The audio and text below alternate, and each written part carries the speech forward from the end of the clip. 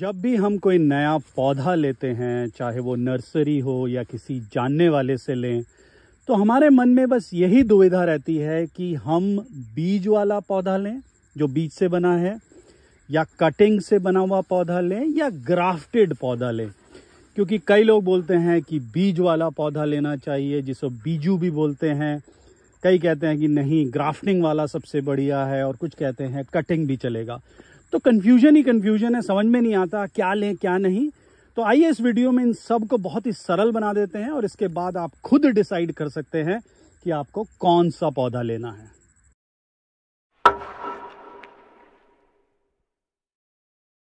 चलिए सबसे पहले ये जान लेते हैं कि इन तीनों विधियों को अपनाकर हम एक नया पौधा कैसे बनाते हैं।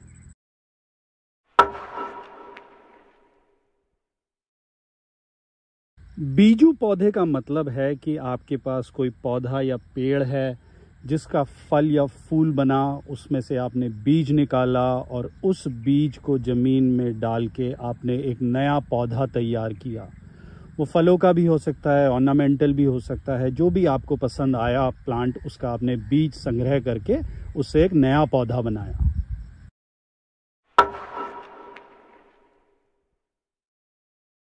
कटिंग का मतलब है कि आपके पास एक पेरेंट प्लांट है, उसकी कोई शाखा या ब्रांच आपने काट के उसको या तो ज़मीन में लगा दिया है या पानी में भिगो दिया है, और कुछ दिन बाद उसमें जड़ निकल आई है और वो एक नया पौधा बन गया है। इसमें एयर लेयरिंग, गुट्टी वगैरह भी आता है, जिसमें पेड़ पे लगे लगे उसमें आप एक ऐसा सिस्टम बना देते हैं जिससे कि वहीं पे लगे लगे उसमें जड़ बन जाती है, और जब जड़ उत्पन्न हो जाती है तब उसे काट के आप ज़मीन में गाड़ देते हैं और नया पौधा बना देते हैं।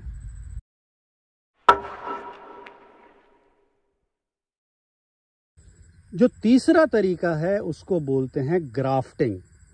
इस विधि में आप एक पौधा जो ऑलरेडी ज़मीन में लगा हुआ है उसके ऊपर किसी और पौधे की शाखा को फिट कर देते हैं, जिससे कि जो नया आपने शाखा लगाया है उसका एक नया पौधा तैयार हो जाए। उदाहरण के तौर पे आपने एक आम खाया और आम की गुठली फेंक दी, तो आपने देखा एक पौधा निकल आया उस पे। अब वो पौधा देसी है, लेकिन अगर आप एक विशेष किस्म का उस पर कलम लगाना चाहते हैं तो आप जो भी किस्म का पौधा है आपके पास ऑलरेडी है उसकी एक शाखा तोड़िए, और जो वो आम का पौधा उग गया है उसको ऊपर से 6-8 इंच काटिए और उसके ऊपर उस शाखा को फिट कर दीजिए। आप देखेंगे कि जो नया फल निकलेगा वो निकलेगा जिसकी आपने शाखा लगाई है, और जड़ ऑलरेडी उसमें है। तो ये तरीका बहुत ही बढ़िया है। चलिए अब बात करते हैं कि इन तीनों विधि में से आप जो भी उपयोग में लाते हैं तो आपको किस तरीके का आउटपुट मिलेगा, मतलब पौधा कैसा होगा। सबसे पहले बात करते हैं बीजू पौधे से।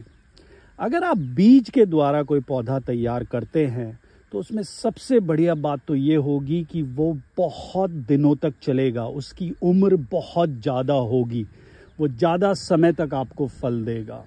दूसरा, उसकी जड़ों की जो संरचना होगी, जो उसका जो मजबूती होगी वो बहुत ज़्यादा होगी। लेकिन प्रॉब्लम क्या होगी कि वो अगर आपको ग्राफ्टिंग वाला पौधा 2 या 3 साल में फल देगा, ये 5 से 6 साल के बाद फल देगा। इसमें दूसरी दिक्कत ये हो सकती है कि जब आप बीज से पौधा लगाते हैं तो वो ट्रू टू टाइप नहीं होता, जिसका मतलब है कि जो फल आपने खाया, जो उसका टेस्ट होगा, कलर होगा, साइज होगा, उसके बीज से आप जब पौधा लगाएंगे तो ज़रूरी नहीं है कि उसमें जो फल आए वो भी वैसा ही हो जिस फल का बीज वो था। अब अगर ग्राफ्टिंग वाले पौधे की बात करें तो इसमें सबसे अच्छी बात यह है कि ये बहुत जल्दी आपको फल देना शुरू कर देगा, आधे टाइम में ही। अगर आप बीज का पौधा लगाते हैं तो अगर वो 6 साल में दे रहा है तो ये 2-3 साल में ही शुरू कर देगा। दूसरा, इसका जो फल आएगा वो बिल्कुल वैसा ही होगा जैसा आपका पेरेंट प्लांट है। जिस भी प्लांट से आपने वो लेयरिंग करी है, ग्राफ्टिंग की है, वो बिल्कुल उसी तरीके का फल होगा।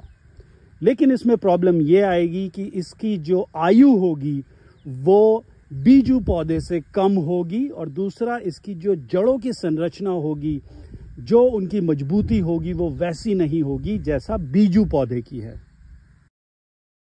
अब अगर हम कटिंग से लगाए हुए पौधों की बात करें, जिसमें गुट्टी भी आती है, एयर लेयरिंग और बाकी तरीके भी हैं कि पेड़ पे लगे लगे जड़ों को बनाते हैं और उसके बाद उसकी प्लांटेशन करते हैं, उसकी दिक्कत ये है कि उसकी जड़ें तीनों में से सबसे कमज़ोर रहेंगी।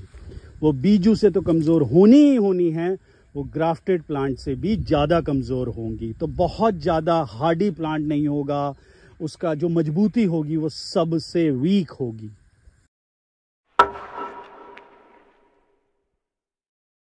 तो अब बात आती है कि मेरे लिए कौन सा तरीका सही है।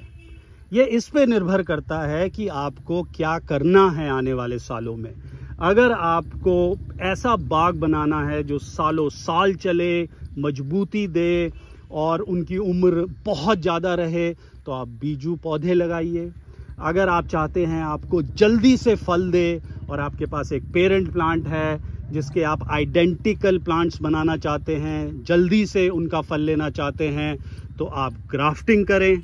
और अगर आपके पास एक गार्डन है या फार्म हाउस है जिसमें कुछ पेड़ हैं बड़े जिनकी आप प्रूनिंग कर रहे हैं, और जब वो कटिंग करते हैं तो आप उनकी कुछ कटिंग बरसात के टाइम पे ज़मीन में गाड़ देते हैं या कुछ में गुट्टी बांध देते हैं, एयर लेयरिंग कर देते हैं पौधे बढ़ाने के लिए, और फिर उनको नई जगह लगा देते हैं। जो उनमें से अच्छी तरीके से बढ़ते हैं उनको रख देते हैं, और जो इतना अच्छा नहीं बढ़ते उनको हटा देते हैं। तो आप कटिंग कीजिए, क्योंकि ये सबसे आसान है तीनों में से। दोस्तों, लास्ट में मैं यही कहना चाहूँगा कि प्रकृति का नियम तो बीज से ही पौधे बनाने का है। पौधा बड़ा होता है, उसका फल या फूल बनता है, उसके बीज गिरते हैं और नए पौधे बनते हैं। और शायद प्रकृति ये चाहती है कि जलवायु कैसी भी हो जाए, हमारी जो बीज परंपरा है वो चलती रहे, इसलिए हर बीज एक अलग तरीके का पौधा बनाता है।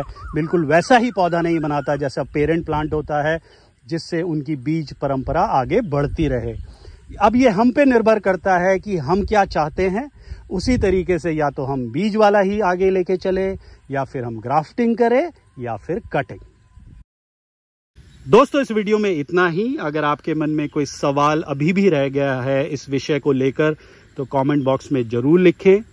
मेरा नया वीडियो होगा नींबू की खेती को लेकर, क्योंकि मैंने देखा है कि नींबू की खेती, उनकी वैरायटीज, कौन सा पौधा लगाएं, कैसे लगाएं, इनको लेकर बहुत सारी भ्रांतियां हैं यूट्यूब पर, अलग अलग तरीके की बातें हैं। मैं इस पे पिछले 1 महीने से काम कर रहा हूं, और नेक्स्ट वीक तक मैं इस पे वीडियो बनाऊंगा। अगर उससे जुड़ा कोई सवाल है आपके मन में तो वो भी मेंशन कर दीजिए, मैं उसको भी इंक्लूड कर लूंगा अपने वीडियो में। तो फिर मिलेंगे नए वीडियो के साथ, तब तक जय हिंद।